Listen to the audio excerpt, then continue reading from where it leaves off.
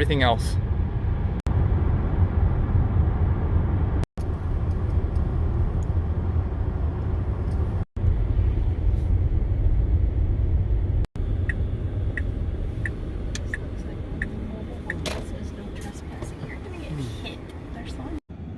Oh, it says Rocky Ridge Lane here.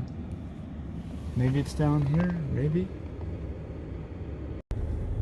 Alright, so this is it. We go down this road. It's on the right, I think, down here. This should be it right here, I think.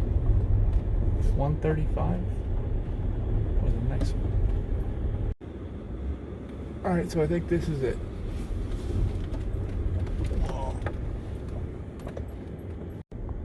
Yep, we were waved at, so this is it. I'm looking over here and I'm looking at the sky, it's dark, and I'm looking at the right, and we should look and see if I can actually grow hazelnut trees. Because and you know, back in the early 1900s, there was a chestnut blight. Yeah. Somebody brought some chestnut trees over from China. Chinese chestnuts are larger than American chestnuts. So somebody said, well, let's see if we can cross these two together. And I got. And I put them in maybe about 15 years ago. These are pecan trees, these two on the left, but these other trees are all chestnut trees. So we've been taking the seeds off of those trees and basically stratifying them, and then we put them in the ground. So we're trying to get them back in the game, man. They're established. They're getting the blueberries on them right now. But if you look a little closer, there's a bunch of like smaller plants, kind of grown. The weeds have grown up around them a little bit. But we planted about 100 or transplanted about 100 blueberry bushes last winter just to expand this, so we can get like a blueberry U-pick going on until they get established, and then they can go, you know, longer in between periods of no rain, because their roots are very shallow. So we water them regularly when we first transplanted them, and we've only lost maybe, what? 3 or 4 weeks later, they started to grow. I had to keep them wet. Some of them died. They used to go all the way down to the bushes down there. And, well, then my mother died, my father died, I had heart trouble, the hailstorm. At that time I had another girlfriend. She died. I mean, she was always telling me, she says, I'll be walking on your grave, man. Because she was 20. Yeah. First couple of weeks in June. Look at that. Wow. So when I first met her, that's exactly right. Well, if you really want to go for your organic certification, you'd probably do better to group together. There's another organization. Yeah, absolutely. Yeah. Maybe we can get the truck to stop here. They got some blueberries and chestnuts. It's coming up. Flowers. They form a burr, which gets to be about the size, you know, maybe not larger than a tennis ball, but it has like spikes all the way around. It's really sharp. And and depending on the tree, when they're ripe, either the whole burr falls to the ground, or the burr opens up on the tree and the nuts fall to the ground. Is it on me? Just hold on. Are you? Whoa. Is that what it was? Are you freaking I out? hope it's not stinging me. No, it's not. It's not. What is it? I don't know. Good question. Do you know? No, I don't know. Give me the. What is that? It's a beetle. Here, can I take a picture? Yeah, it's on video right now. It's doing video. It's a beetle. I don't know how to stop it and take a picture. Well, you can press the round circle. I've never seen a and then beetle like then that you before. scroll down to photo. You have to kind of flip the photo. Oh, I'm taking. It's big. I just took a selfie. If we look closer, you'll see I've got some plants going over here. This one, it looks like hemp. Yeah. This is organic hemp.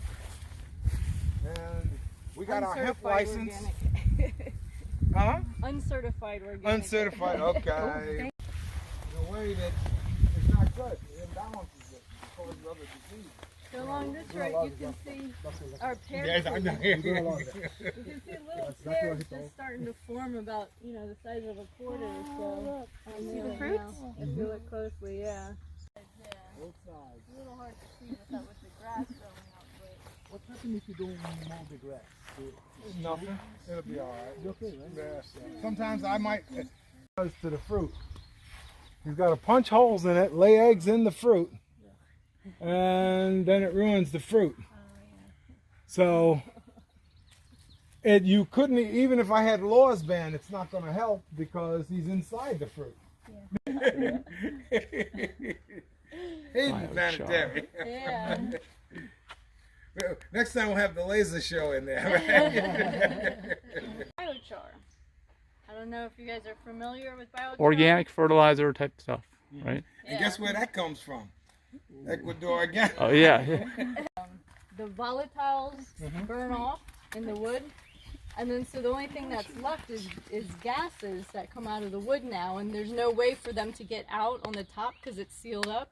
So it has to go down through those dozen or so holes that were drilled out from under that barrel, and when those gases come out, it ignites with the fire that's already underneath the stove burning, and it creates like this huge like double fire that makes it looks like it's gonna, you know, blast off to the moon, Like because a rocket, like a jet engine. like at the, you know, for your barbecue, like real charcoal, not the, you know, fake charcoal that they have made out of, you know, Distillation petroleum and stuff. Yeah. And then we take that and use it in our soil. So that's in the process of marination. That's really awesome. You get worms and stuff growing in there. Yeah, so cool. So you might say, well, why are we putting charcoal in the soil in the first place? There's a good reason for that.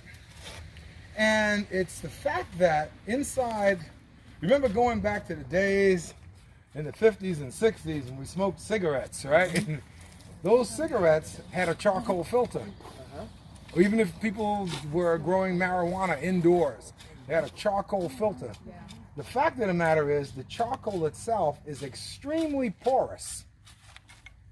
And in the more, it's extremely porous, and what it does is it becomes each one of those little nanotubes. Now, yeah, remember, nano is 10 to the minus 9th. So this is like minus, like 10 to the minus, like 1/1,000,000th of a 1,000th of a millionth, which is like really, really small. Microbes and organisms can live in those little tunnels and do their thing so that the plant roots then go into these microfibers, and all types of fungi produce mycorrhiza, which form little filaments that grow into these tubules and feed the plants. In South America, it's called, what is it, terra preta. Terra preta. Right? Yeah, terra preta. Wow. Terra Frutis is where we were. Yeah, okay. That's the name of the place. And there's a whole story about when the first conquistadors got anything I put my hands on. Anything. Stay away from this pile of wood chips. It is like laden Looted with with ants. Like more ants than you could imagine are in that wood pile. I built this maybe about, say, 10 years ago, and we finally got it into production about 2 years ago. Okay, come on in. I'll let Elkie tell you about it. These are her peas. Green peas. This is how we get our jump on the season, is in this greenhouse here. We got peas, beets, chard. You can see grapes growing on the vines there. Down there we got Brussels sprouts, kale, tomatoes, cucumbers, cabbage, all kind of stuff. But we tried a technique new to us this year, which is harvesting pine straw, which is in abundance in this.